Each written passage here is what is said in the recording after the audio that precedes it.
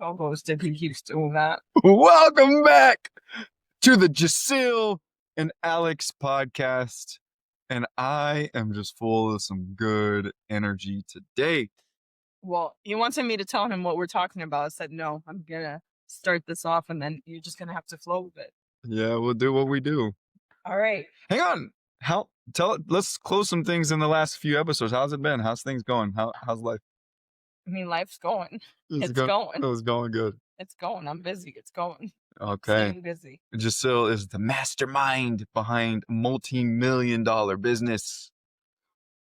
All right. So I'm going to read you something. All right. Let's tap going into from it. there. Leadership is what holds a family together when life gets hard. Someone has to create direction, emotional stability, and follow through. Otherwise, everything falls into chaos. So we're going to be talking about leadership in a family. What does that look like for us? Our roles? Why leadership can save families. Yeah. And this is a conversation we've had a lot in the past few months, I will say even years, like it comes and goes, but also recently with our children participating in a lot of extracurriculars and the way coaches show up, the way trainers show up, the way, other people in their lives who have this role show up and, and how sometimes it doesn't necessarily align with what we want, but we're in a very small community where there's not many options. So you kind of just got to go with it. And what I've come to accept is that I am okay with that to a certain extent because we have the leadership we need at home and we are the models for that for our children. So they don't necessarily need to go seek it elsewhere.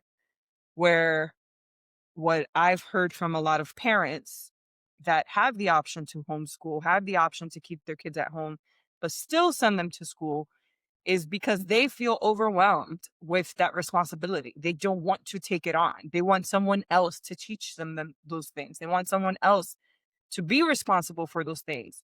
But then those same parents are the ones complaining about why their children show up the way they do.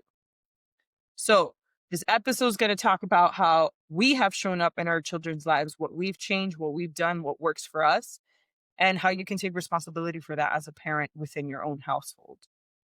I want to take a moment and go back to the early, like mid 2015 to 17 range. I mean, I think it was the majority of the early part of our marriage. I found myself in many situations when I came home from work. I was really good at the Navy. I was a leader. I helped develop people, motivated people, inspired people. But one thing that I realized it was 2021 when I made this realization was that I wasn't good at leading myself. What I mean by that is I would come home and I would just decompress. And Jasil would ask me, hey, what do you want to do this weekend? Or what's for dinner? Or like the kids, with regards to something going with the kids, like, hey, what's your take? And I would always say, whatever you want, babe. Like, whatever, it's up to you. I'm totally cool with it. I'm fine with everything that you want. And through the years, I've realized that's a coping mechanism for many men. And when I go back to myself, especially with this leadership, tying it back into before I can be a leader in my family, I have to be able to lead myself. And so many men, they work so hard outside of the house that when they get inside the house, they just want to decompress and let all the leadership decisions go to our spouses. And I think that that's a big piece of how relationships start to get strained and people start to distance themselves. And, it could go many different ways: divorce, burnout, whatever the case may be. Coming back to myself with regards to leadership, when I started to understand that in order for me to lead my family, I had to be a better version of myself. And so leadership isn't this daunting word of, oh, I'm not a good leader. It's something that you're born with. Leadership is a skill. And over the course of my many years of leading people, you learn things, you implement, you fail, you pull, you switch directions and things of that nature. And for our family, what happened, really what happened when, where we started to evolve as a family and for our kids was when we poured back into ourselves. And so we got clear on the direction where we wanted to go as people. For me, I started doing things that I loved to show up in the family better. And even with losing Liam recently, doing more things I loved have helped me be there and a support for my family. I don't know if I answered your question. Yeah, I mean, all of that I feel like ties back into. I have some notes here, and I wrote, "A family rises or falls based on the emotional presence of the parents." So a lot of what you're talking about at that time was an emotional disconnect from the family, from himself, from everything. And I can say that for myself too. At that point, of our lives, I'm dealing with four little, very young children. My life looked a lot different. My task, my emotional capacity at the time was a lot different than it is now. And also the way I took that on in the sense of I expected him to come home and somehow lighten the load for me. Like come home and take over all these tasks. Come home and like save me from the situation. That's when things were bad because it just causes resentment. You're waiting for the other person to fix it. I wasn't being a leader to my kids within my household because I was waiting for him to come home and now, help me and fix it and be the one to cause the change. So I also had to dig deep within myself of like, okay, well, how do I fill my cup? How do I bring this emotional presence into my family to where I am okay and I can handle this and I know what I have to do next. So, I think one of the best things and the first things that most parents have to do is regulate yourself. When you regulate yourself, your children feel safe. And I'm going to bring this up because it's a very big thing in our community. And it's also something I used to do in the past is I smoked a lot of weed. I used to vape almost every morning and I got through all my tasks and I did everything. I wasn't like a couch potato or anything, but I smoked. Why? Because I felt like it lowered the temperature of the room, right? Like everything felt more chill, more mellow when I was high. But in reality, what I was doing was trying to find ways to regulate myself because I couldn't do that. And of course, it doesn't work long term because now you're finding these coping mechanisms outside of yourself to try to get to that point. So I reached a point where I was like, you know what? I don't want to do this anymore. Like, I don't want to have to be numbing myself to what's going on within my household or my kids and this and that with marijuana, with weed, with whatever it is. And that is the reality of what a lot of people do. And people are like, oh, it's an herb, it's good, it's it's the spiritual, it's all these things. Cool. Call it what you want. At the end of the day, you are choosing to numb yourself. You're choosing to use a substance outside of yourself because you have yet to learn how to regulate your own system. And I'm not saying it has no place in time. I think everything has its place in time. But to me, this is not the place for that. If you are trying to become this leader of your household, you have to set the example. And is that the example you would want your kids? Like, hey, when shit gets hard, just fucking smoke a blunt. Yeah. I mean, if that's the example you want, cool, then keep doing what you're doing. But if it's not, then you should probably change that. You talked about emotional regulation, and I was just thinking about, especially as a father, I remember in 2022, we've gone through a lot of ups and downs in our journey, but in 2022 there was a big breakthrough for us, and we were in the RV, and Jasil had for a long time she couldn't open up to me because I would feel attacked by her emotions and her venting, and I learned this really cool tool uh, in a men's group that I was in, and it was like, hey, do you just want me to listen or do you want solutions based?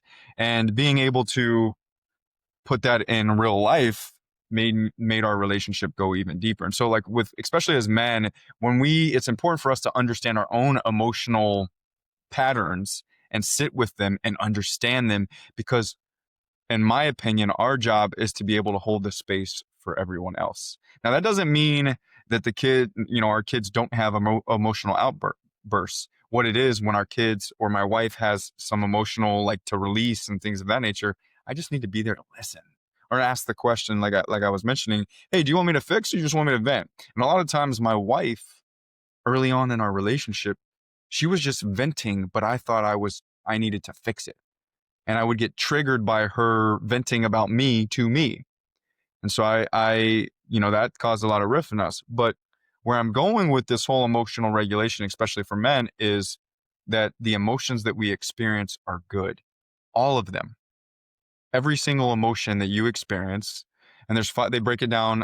The conscious leadership group says that there's 5 core emotions, right? It's anger, sadness, joy, fear, creative, and sexual, that's tied into one.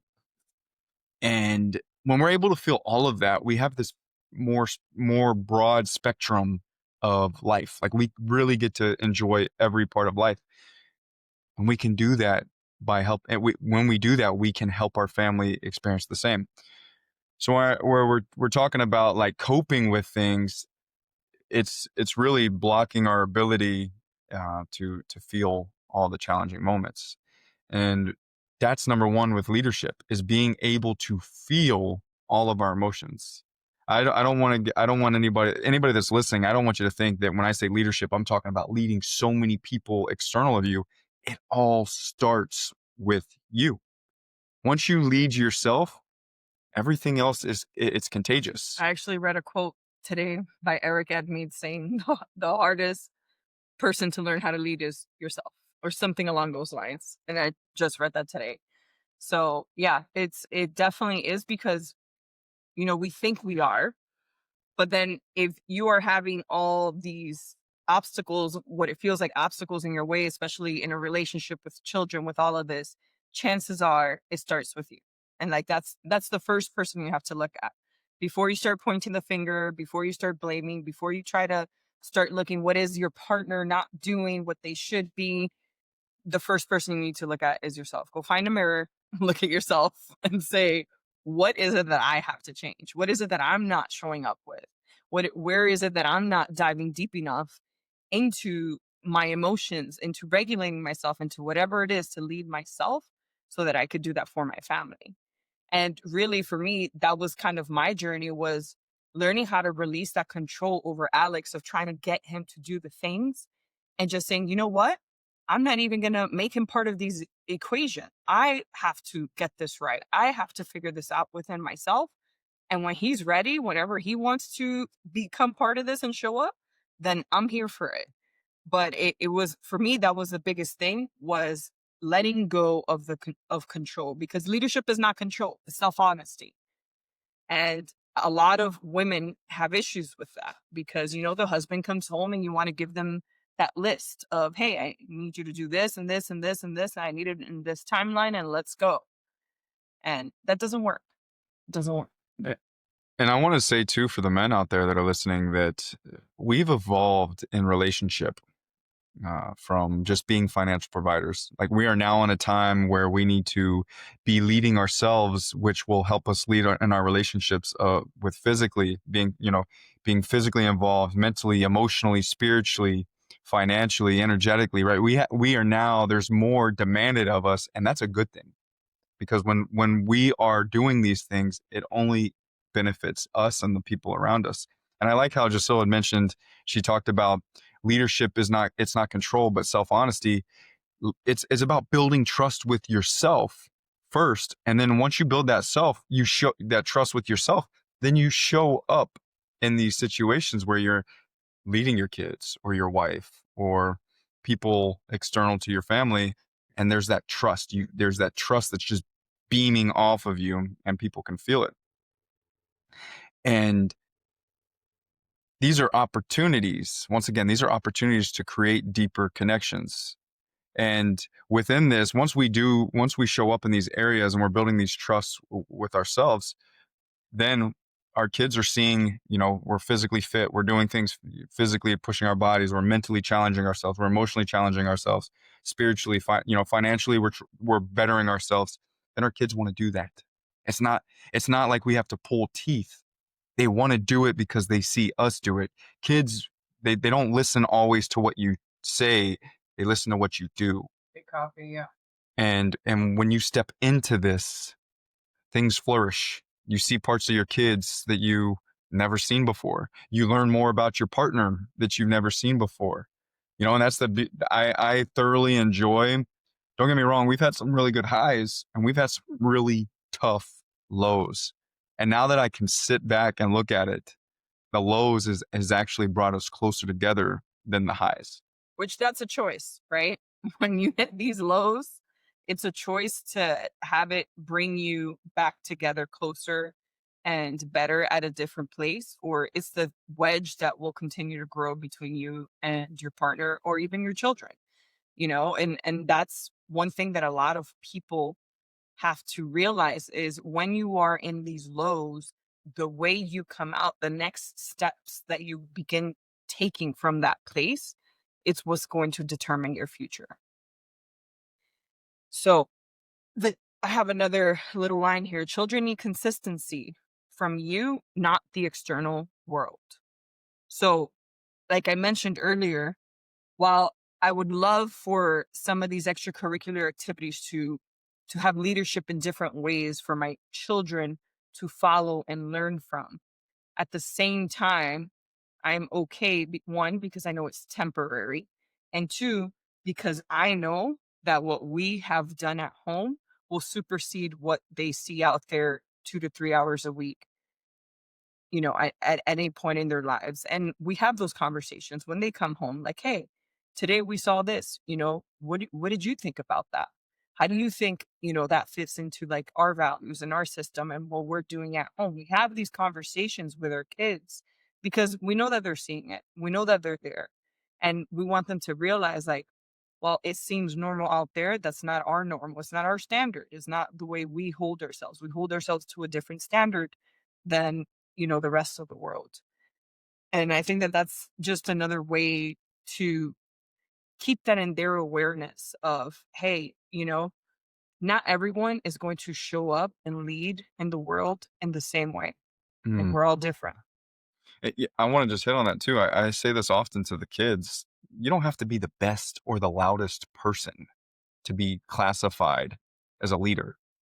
Leading is energetically too. It's how you show up in situations in the world. Our sons are on a soccer team here, and being a soccer player and being a coach and leading young kids in sports. One thing that I know is I can see a culture of a team and how it can affect. And so one thing I tell my son, he's not the best on the team, and I'm okay with that. But one thing that I tell him and the kids that I teach at the school here is that your energy is contagious. So even if you're not the best, are you giving it 100% effort? Are you motivating the kids around you? Are you clapping it up? Are you giving them words of encouragement? And like bringing that into real life. You're not always going to know how to handle situations. We get hit with new things every single day. Every single day I'm a new parent to a 12-year-old, right? Like 12 years old in one day. Like I get to experience something totally new every single day. And so it's like, okay, what feels right at this moment? Talking with her, talking with myself, educating ourselves. Because when we see other people's perspectives and we can hear them and can see them, then we can say, okay, no, let's try that. Or no, that doesn't feel right for us. And we see how it goes. And I think that's a huge journey of parenting is knowing that you're not always going to have the right answer and you're not always going to know everything. So if you're not seeking the knowledge, if you're not listening to the podcast, reading the books, having the conversations with the parents to emulate, like not just any parent, because that's another thing is that a lot of moms love to sit around and just talk about all their problems. And if you're not talking to people to actually seek solutions, then what's the point of the conversation? At the end of the day, you have left with it, if anything, a worse feeling that you arrived. It's like seek the people who actually want to help or that have the good advice or they're going to set you in the right direction. And if you don't have those people around you, We have the web. Like you can find the information out there, blogs, articles, podcasts, books, whatever it is, and find that information. That's what I've done throughout my entire parenting journey, and I still do. I don't have all the answers. I don't pretend like I do. I am a constant learner because I'm always hitting a new stage of parenting. I haven't never parented a teenager, but now we are a year away from entering that, part of our lives. So we have to educate ourselves. We have to find the knowledge of like, okay, how do we navigate now this new part of our life?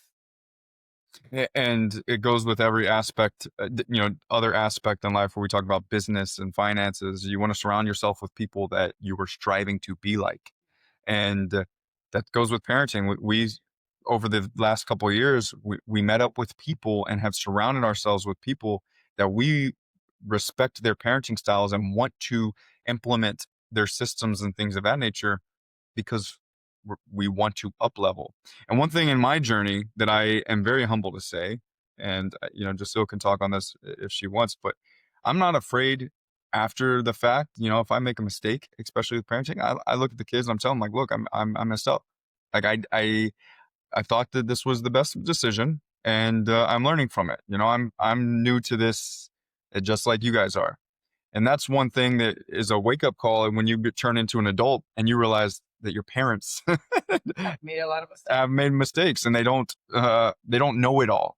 As kids, even growing up, I thought my dad, he knew the best for me at that moment. And I'm sure you did and the people that are listening to this. So being able to, if you do something, you handle it poorly, maybe you scream at your kid and you lose your emotional regulation, after the fact, once everything's cooled down, coming back in contact, in relationship, and saying, hey bud, or hey babe, i I messed up, and I know that that wasn't how I wanted to handle it, and just showing them that you're human, that reinforces them to do the same. Once again, it goes back to that concept. They're gonna listen, they're gonna watch you and replicate you more than what you say.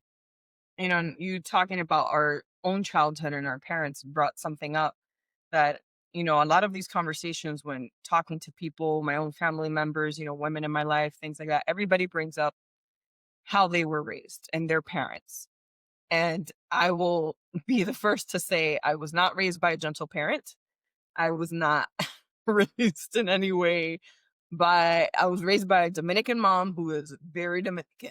It's like you even breathe or look like you might be crossing your eyes the wrong direction and you were getting hit and smacked and whatever. And it was a weekly thing or if not daily. Um and my dad, he worked a lot, so he was barely home.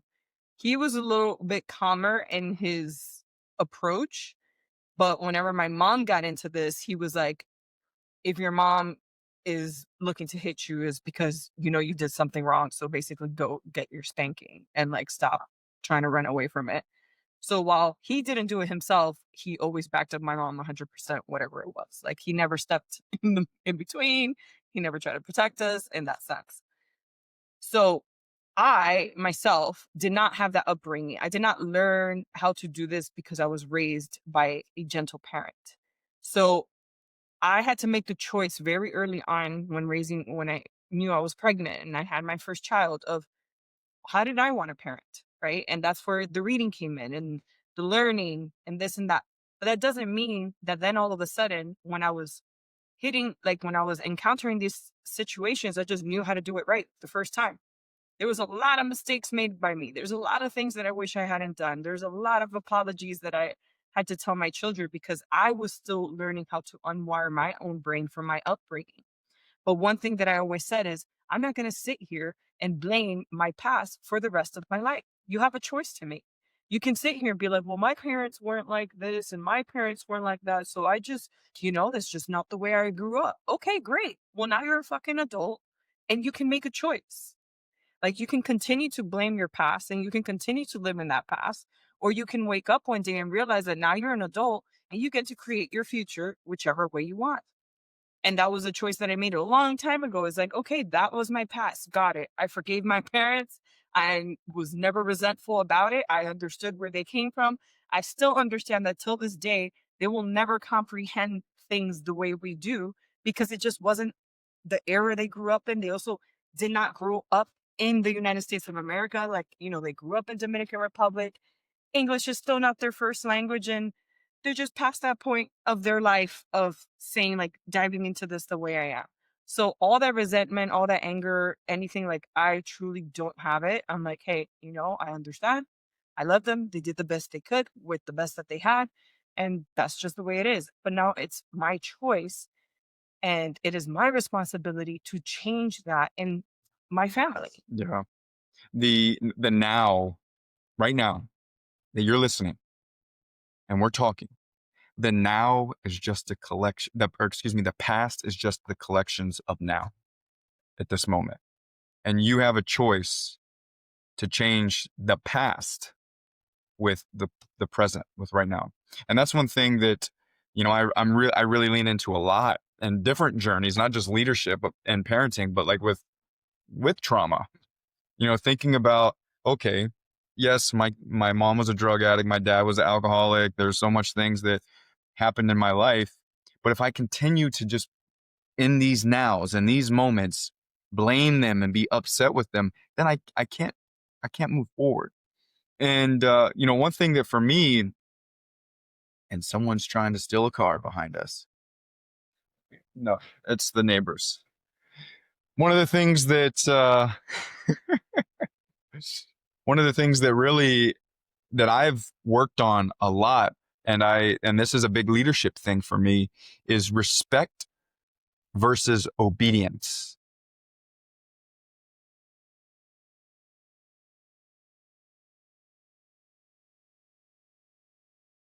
It wasn't.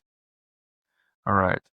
2652, 2630. One thing within these moments that I've really worked on is respect versus obedience, because as a kid, I was always told you're better seen, not heard, and just comply with what you're being told to do. And we're raising our kids totally opposite of that. We don't want to raise obedient kids that just listen to what they're told, that don't have a voice, that are scared, that are timid. We're raising kids that are respectful, that are purpose driven, that they are curious, that can think outside the box. When someone tells them something that doesn't feel good into their body, that they voice it in a respectful manner, and they, if we're around or someone that they trust is around, they can communicate that.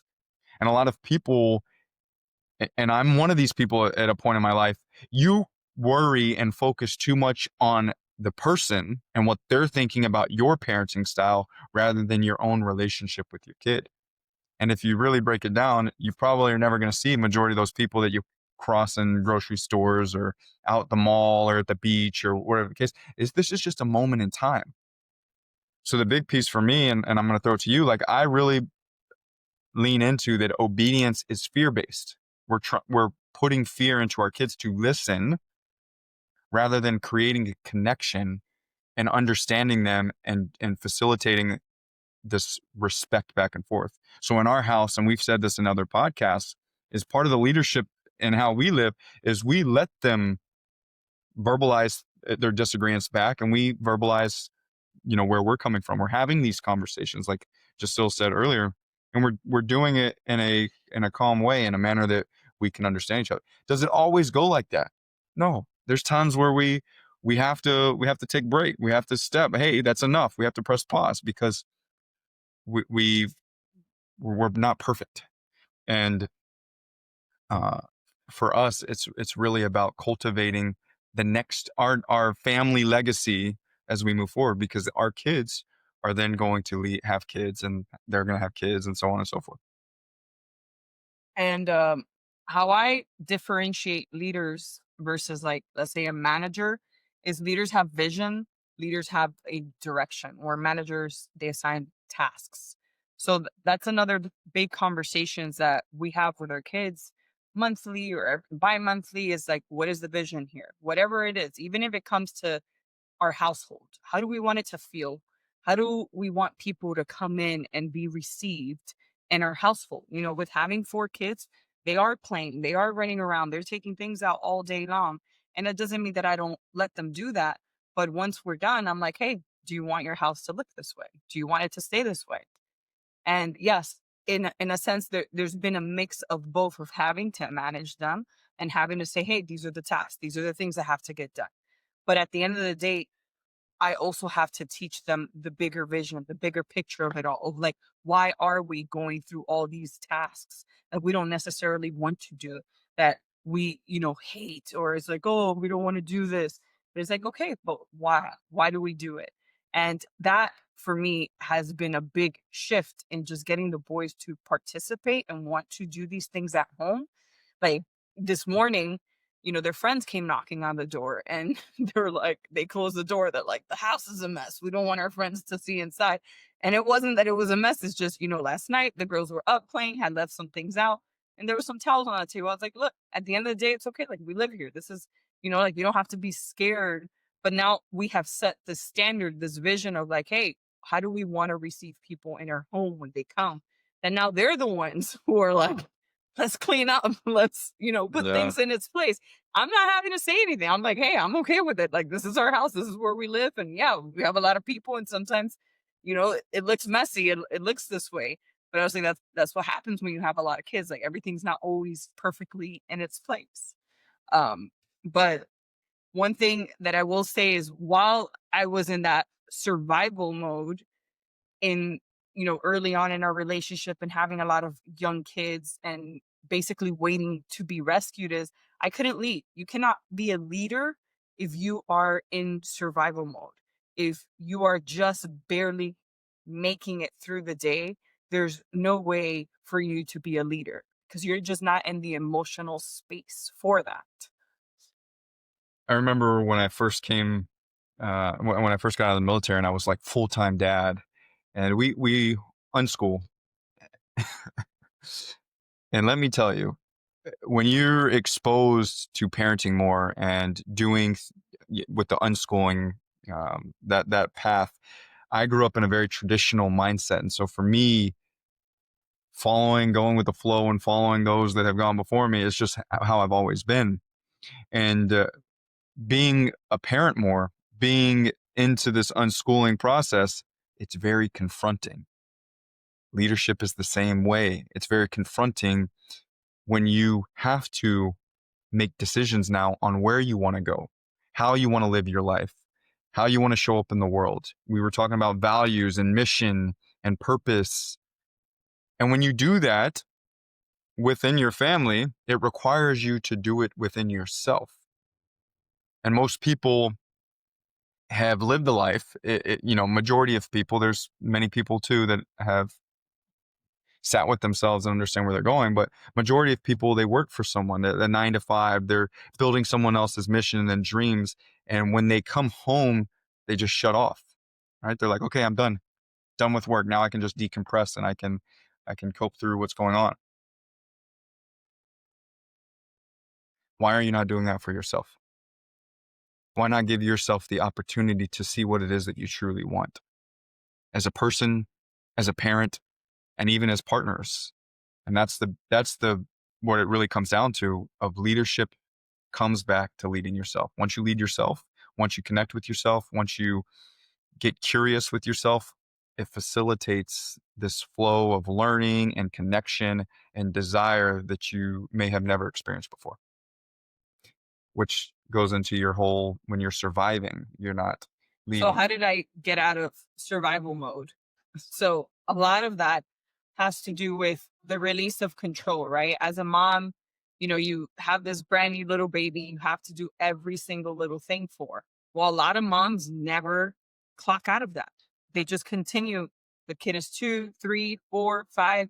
They're still doing everything for that kid. They're still getting them ready in the morning, combing their hair, choosing their clothes, getting them dressed, putting on their socks, making their meals, getting them their water.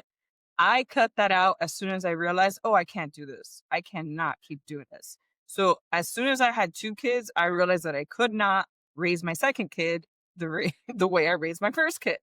So I started making things more efficient at home, putting all their bowls and plates in the place where they can reach them, putting all the things that I knew that they can eat where they could reach them.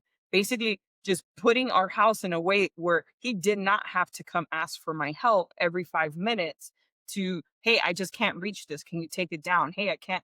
So I try to find the most efficient ways within our household for him to do that. If something was too high, I started getting step stools. So if he did have to get into certain things that were higher up, and slowly he got to that point where he could do all these things by himself. I'm pretty sure by the age 3, he didn't even want me choosing his clothes.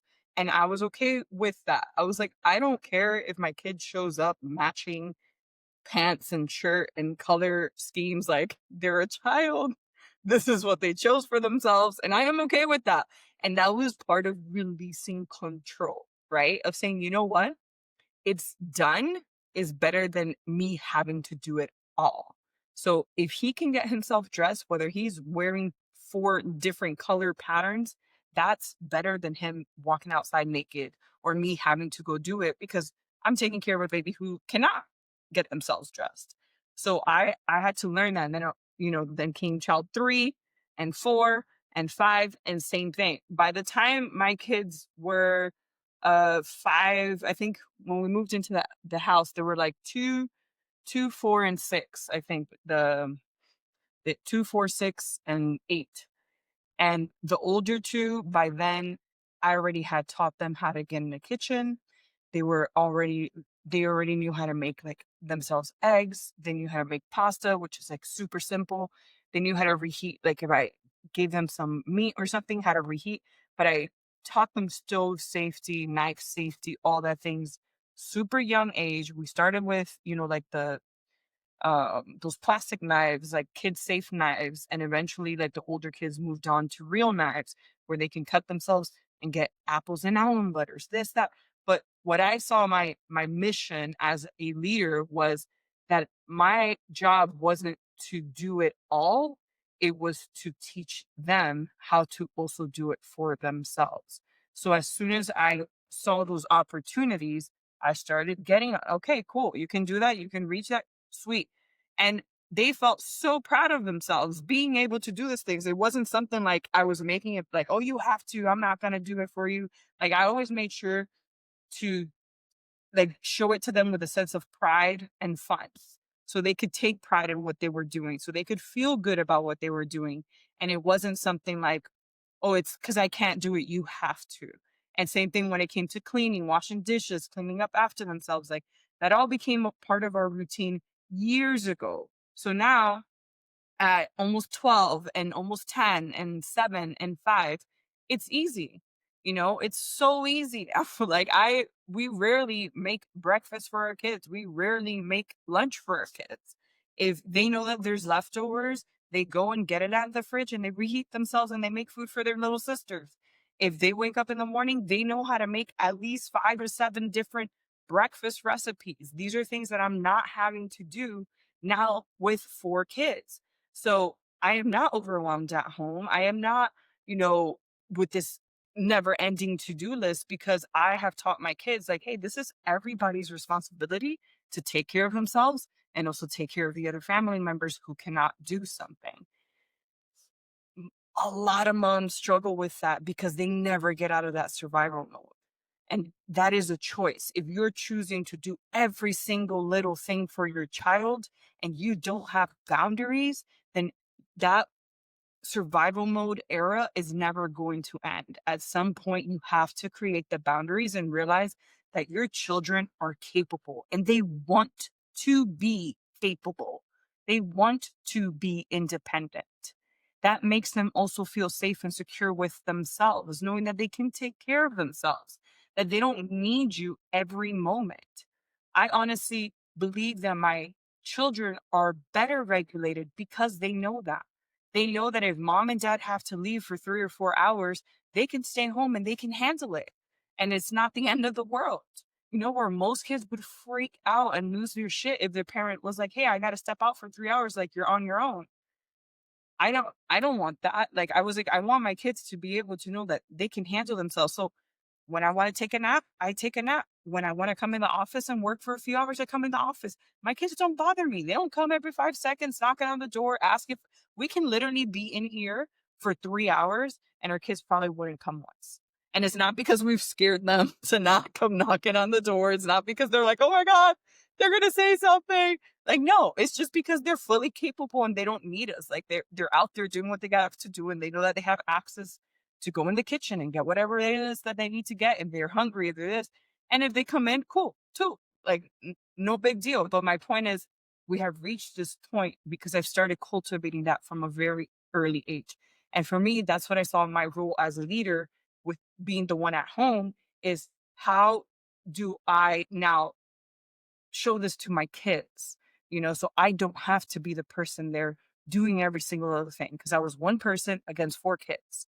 And I was like, it's impossible to serve everyone's need throughout the day. And then I still had a husband too that would also come home and need things.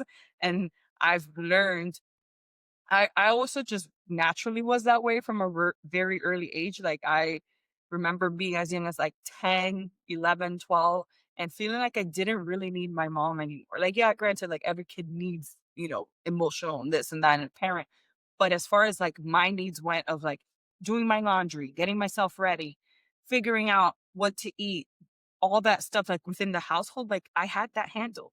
Like, yeah, I still needed my parents to put a roof over my head and buy the food, things like that, but, like, I could take care of myself, and for me, that never felt like my parents were abandoning me or they hated me. For me, I felt good that I could do that and that I didn't have to wait for my mom.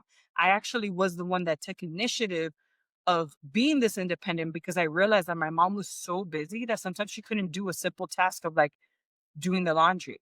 Like she couldn't do laundry for 2 weeks because she's running around working her full-time job, helping my dad at our family business. And she literally just wouldn't have the time to do it. And while she had a closet that could probably last 2 months without doing laundry, my closet was way more limited.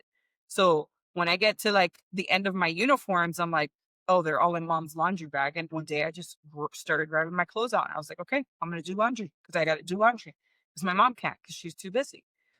And she wasn't upset about it. She was like, "Oh, great, you know how to do laundry," And it was like, "Cool." But my kids, as soon as they could reach the buttons in the washing machine, I'm like, "Here, this is how you do laundry. This is how you separate it. This is how and same thing. When they know they need laundry, they just go and they do it. Like they're not waiting for me to wash their clothes. They're not thinking that they have to wait now 2 weeks till they have clean clothes. They go and do it.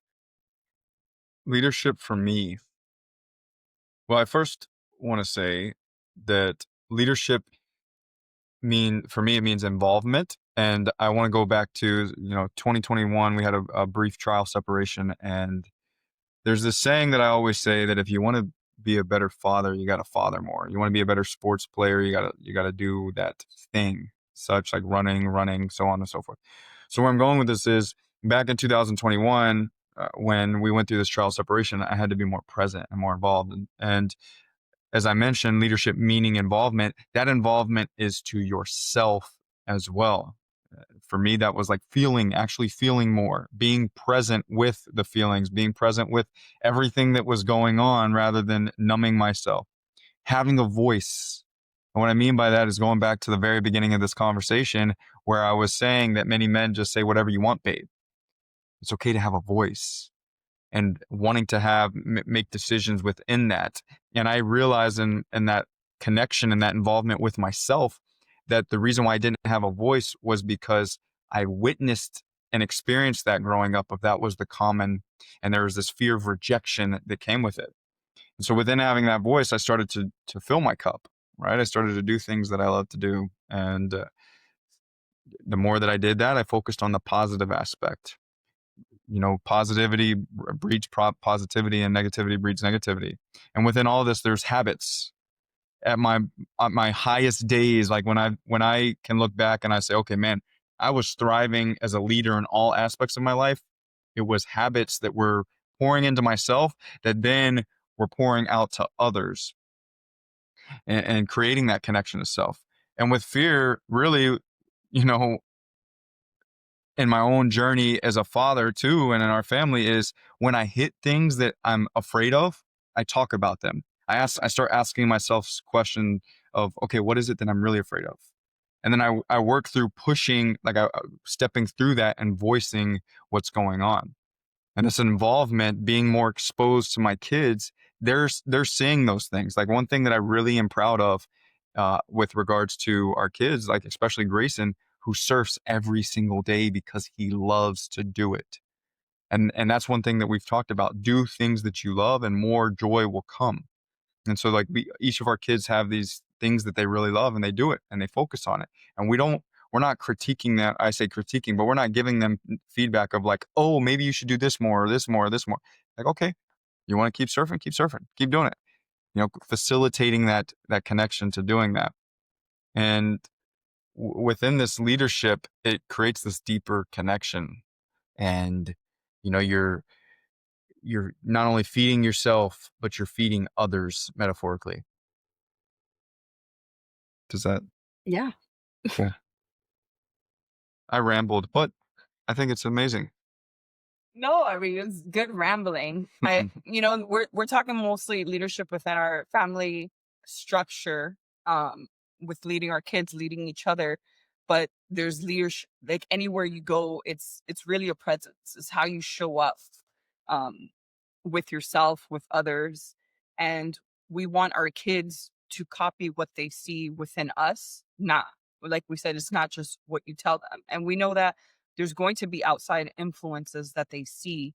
So our job is to make sure that we are the first leaders, the first examples of what we want them to be. So leadership is a daily practice, is not a title. It's how you breathe, it's how you respond, it's how you guide, and is how you love your children. So this is not just a hat that you get to put on and you're like, this is what I am today. It's truly doing the work. It's how you want to show up. And to me, it really comes down to one very simple word of choice. It's choice.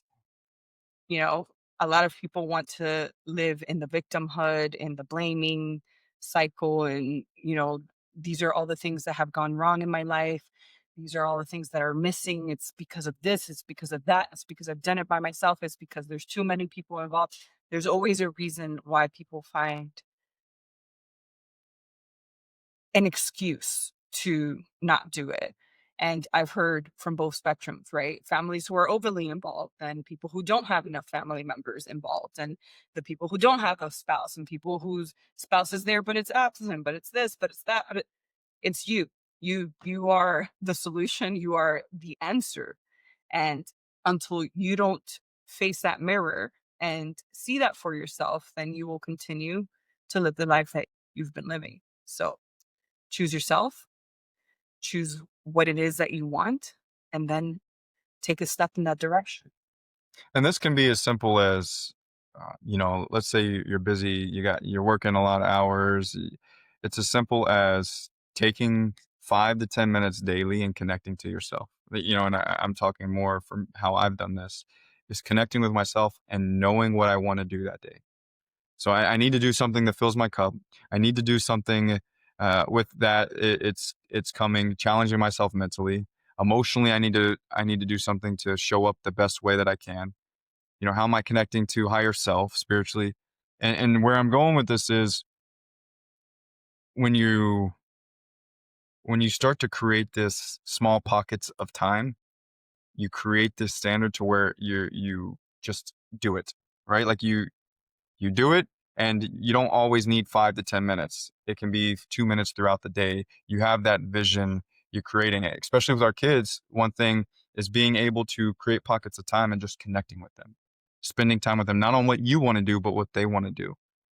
And one thing that we love and our family loves is sitting at the dinner table and talking about what we're grateful for the day, or Or micro our wins, or micro what we love wins, about each other. what we love about each other. And that's, we're cultivating this love. Leadership is also love. Think about it that way. Leadership is how much you love yourself and those around you. That's all. That's all you have. Well, That's I all. was gonna say with one thing that I've been very clear on for a long time, in my motherhood journey is the larger vision of how do I want my kids to be at 14, 15, when they're teenagers? Because I know that those first years, we are overly involved in the sense like we have to be there as mothers, like constantly. But I've always told myself, like, when my kids get older, I know that it's going to be a whole different set of things that we still have to show up for them. But I was like, if they can be independent within the household stuff with taking care of themselves, then I can show up differently. Our experiences are going to be differently. What we do is going to be differently because we've already got this all out of the way. Like, this foundation has been set, and now we can focus on other things. So I've always been very clear from a very early age, like as soon as I had kids, that that was my vision, was to have kids who are independent and capable of taking care of themselves when it just comes to our basic needs. And maybe that came from, experiences I had early on having roommates and living with people who couldn't do basic things. I've had roommates in their 20s who didn't know how to cook, didn't know how to wash a dish, didn't know how to sweep, didn't know how to even like hygiene, take care of their own bodies. And same thing when we had a restaurant for 3 years. We had employees, same thing. Never held a mop, never swept the floor, never cut a fruit. And I was just like, okay, so is school the only thing that they should really know? Like, I don't ever want anyone in charge of me who can't even take care of themselves. Like, you might be great at what you do, but there's going to be a huge gap in the way you show up as a leader, as a boss, as a CEO, as whatever it is that you want to be, if you can't even take care of yourself at home. And like I've told my kids, I hope that one day we can pay for someone to do all these things that we're doing. Like right now, we have someone who comes and cleans the house twice a week and then get someone to cook and all this. But I was like, you need to know how to do it too. You cannot rely on someone else to come and get that done because that is a basic need for living and you need to know how to do it for yourself. Yeah. I was like, and then if you want to hire someone, cool, no big deal. Like, got it. Time is the most valuable asset we have in life, but learn how to do it first before you just go and outsource it to someone else. I like how you said that because knowing the process. It took me back to the Navy. They talk about like there's a certain qualification you get in the engineering plant, and they're like, in order for you to be the best, it's called EOW, engineering officer of the watch. You got to know the processes. You need to stand the watches. You need to know what they're doing. That you can visualize it, feel it, understand it, know it, to be that best leader. And I mean, let's take it back. We've both been in the military. There's this huge thing that everybody knows. Officers are the ones in charge. The enlisted supposedly take the orders from the officers, at least in most situations. But everyone knows it's like a running joke that officers get also made fun of all the time because they go to school, they come out of college, and now they're your boss. Yeah, But then the enlisted member who's been in the military 5+ years or whatever, they're the ones who's been doing the job day in and day out. So how most people get respected in that is that they actually see that you've done it or that you know what you're talking yeah, about. That you're not just someone there shouting the orders, but you've never done the job. And it's the same thing at home. I can't stand here shouting the orders if my kids have never seen me do it. If they're like, You're telling me to do this, you don't even do this. You don't yeah, even know how to do this." So I'm there, I show up, I do it with them, but now I'm slowly, okay, now the task is yours, yeah. you know? One thing I don't know. We might have covered it too. We were talking about the how the roles like how they overlap naturally. And one thing I was thinking about is no, when having these conversations with each other, like, okay, what do you do? Like, what are you really good at? What am I really good at? And just naturally going to that as well, and that's helped us as well. Yeah, so one thing that I still kind of I'm like in a sense I'm okay with, and sometimes moms are like, "Well, like what's your husband role in all of this?" Is I'm still pretty much the head leader when it comes to the kids' tempo, what the kids do within the household, and things like that. Like the way Alex shows up as a leader and a father is very different from my role of how I show up as the leader and the mom for the kids. We There's some things that may overlap here and there, but it's our roles are very distinct as far as like what I handle and what he handles. And I am 100% okay with that. I don't need him to take over what I do. It's what I've done, it's what I'm good at. I've been doing it for over a decade. Where he came into the picture was in the last few years. So now his role is very different in what he does and the way he shows up for the kids, but it works. I Like, think I it think works. also though, like having a voice in it. And where I mean, what Yes. I'm saying is, before I would just say whatever you want. I didn't care how we parented. I don't care how we did it. I wasn't involved in that process. But now, having conversations and going with the direction that we want to go with our kids and our family. Okay, Oh, this yeah, is, because we have a family vision. yeah. I And so think all now, that. so we've communicated this and she is executing that. And good leaders, I say this all the time, good leaders know how to follow too when they need to follow. And I have no issues of following the direction that we've already laid out as a couple for our family. And so, like she said, she sets the tempo, she goes with it. I help the kids, occasionally. And I gotta say, I'm a little bit more of a kind-hearted softy for the kids. But I it, laid down the law. like for me,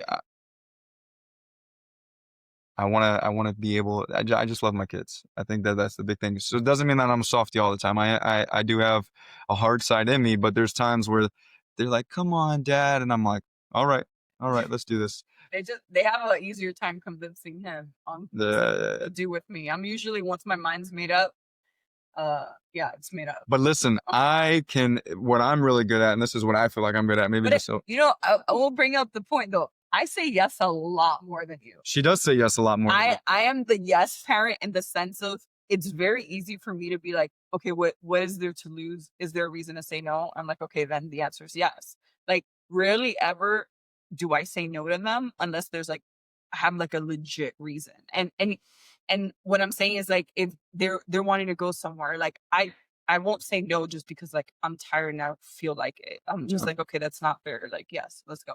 So, like, unless I have something, like, no, like, there's something on the schedule, I gotta get this done, blah, blah, blah. Like, I'm usually pretty okay with saying yes with a lot of things, or like their projects and things that, like, they want to go do something else. It's like, why are you letting them play with that? Or I was like, no. because they're exploring, like, it's okay. And he's the one that has to, like, then, like, sit with them and be like, oh, I okay. guess where I was going with that is I'm more emotionally softer with the kids. Like I'm a softie in that sense. So I do have my hard lines and just feels. I love her creativity and her expansion as a parent. She just No, like, we both have our things, but yeah, it works. Like we said, it works. And I think the biggest thing is just being on the same page, having the same vision, and then pulling strengths from each other. Like, know what you're good at, stick to that. Know what your spouse is good at, let them stick to that. They don't need to do your job, you don't need to do their job. yeah, It's gonna look very different, especially as your kids get older, depending if you have boys, if you have girls. Like, I'm not saying, the opposite parent shouldn't be involved, but there's certain things where I'm like, "Hey, go to your dad. Like, let him handle that," you know? yeah. Like, he's the one that should go handle that. Like, "I'm glad you told me, I'm glad you trust me, but go have that conversation with your father," and little things like, that's what he's here for. Absolutely. Do you have anything else? I think I feel complete. Feel complete. Yeah. At the end of the day, look, leadership, as we said, it comes back down to connection to self. And then once you're able to lead yourself, you can now facilitate these conversations with your spouse and you all can get a collective vision for your family. And then you see what your roles are in the sense of what you're good at. There's something that I really love that I encourage you to look into if you're listening and you're like, man, what's something I can do to become a better leader? Look at positive psychology. I don't have the website or anything like that, but there's this term called positive psychology, and the thought process behind it is positive psychology takes you from 0 to positive 10. Normal psychology, they take you from negative 10 to 0, like they're just trying to get you back to normal, quote unquote. But positive psychology is getting you from 0 to 10, and it focuses on what you do well so you can do more of it. And especially in this parenting and family role, I know that I bring good energy. Like I bring energy, I bring a voice. I love playing with the kids. I love getting involved in the community. Like that's one thing that I can really say with especially with the kids in our journey is I really focus on being involved because that's a point where I didn't have that as a child. And so we look at things in our past and how can we move forward, and this is one way that I have done that for myself. So positive psychology, what you do good, what you enjoy, to do more of it because it breeds more joy. Thank you for joining us on this episode. If you have any comments or questions, leave them below. Until next week. Ciao, ciao.